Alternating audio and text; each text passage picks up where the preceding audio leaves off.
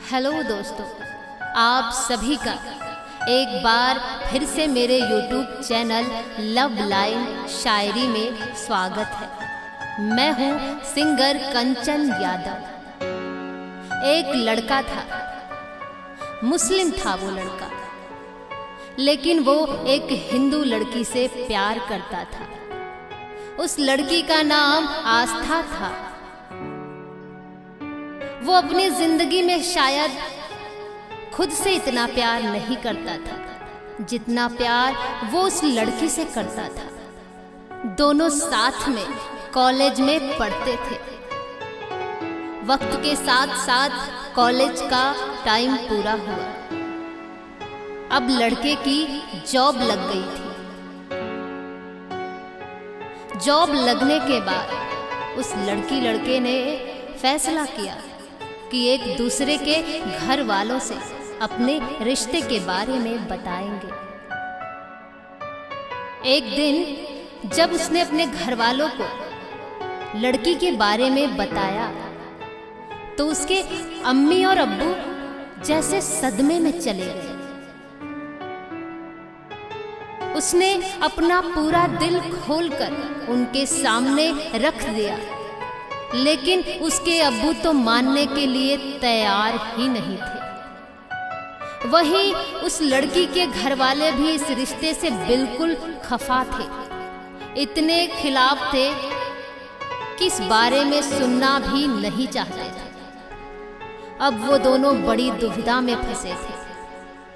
हर पल बस यही सोचते थे कि अगर घर वालों को निकाह के लिए नहीं मनाया तो क्या होगा, हम क्या करें, वो कैसे मानेंगे।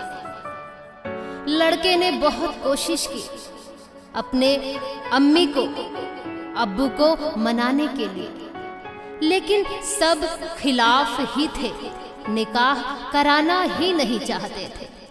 उसके घर वाले बस यही चाहते थे कि मेरा बेटा पढ़ लिख चुका है तो किसी अच्छे घर की लड़की से शादी करे। वो उससे शादी ही नहीं कराना चाहते थे।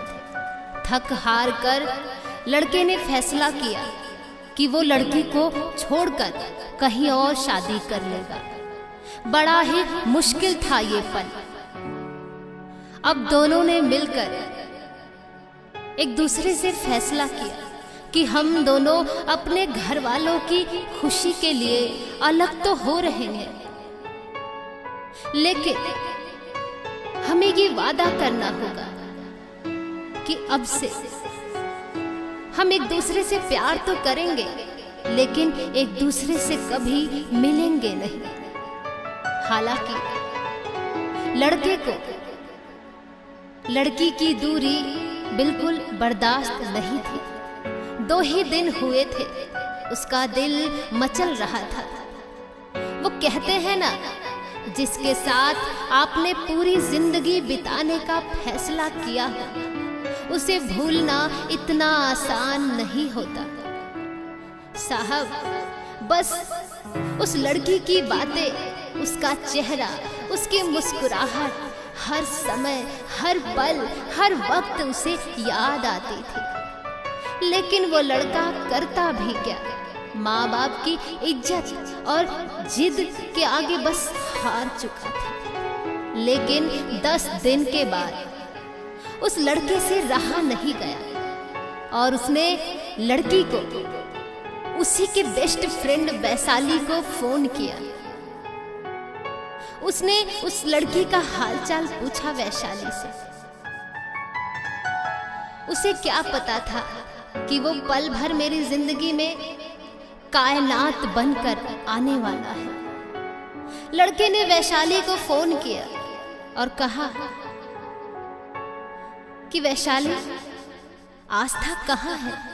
लड़के का इतना कहना सुनते ही वैशाली ने कहा, अब आस्था इस दुनिया में नहीं रही। आज शाम को उसका अंतिम संस्कार है। आखिरी बार उसे देखने जरूर जाना। ये सुनकर जैसे उस लड़के की पूरी जिंदगी ही थम गई और शायद आज भी थमी पड़ी है। सफेद चादर में वो उस लड़की का चेहरा नहीं भूल पा रहा था। उसकी दोस्त ने उसे बताया कि तुम्हारे बिना उसकी जिंदगी बोझ बन गई थी और अपने माँ बाप के खिलाफ जाने का सोच भी नहीं सकती थी, इसीलिए उसने मरना ज्यादा पसंद किया। ये सुनते ही वो लड़का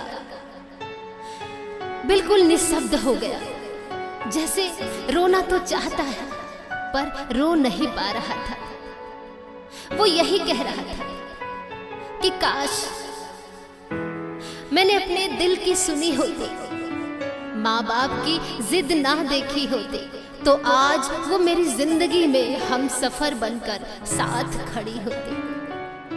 अपनी दुनिया में जहां सिर्फ वो और मैं होते और कोई नहीं।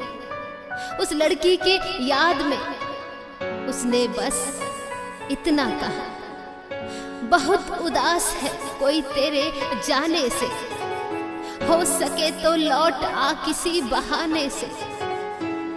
बहुत उदास है कोई तेरे जाने से, हो सके तो लौट आ किसी बहाने से। तू चाहे जितनी दूर है लेकिन एक बार तो देख, कोई टूट गया है तेरे जाने से, तेरे जाने से।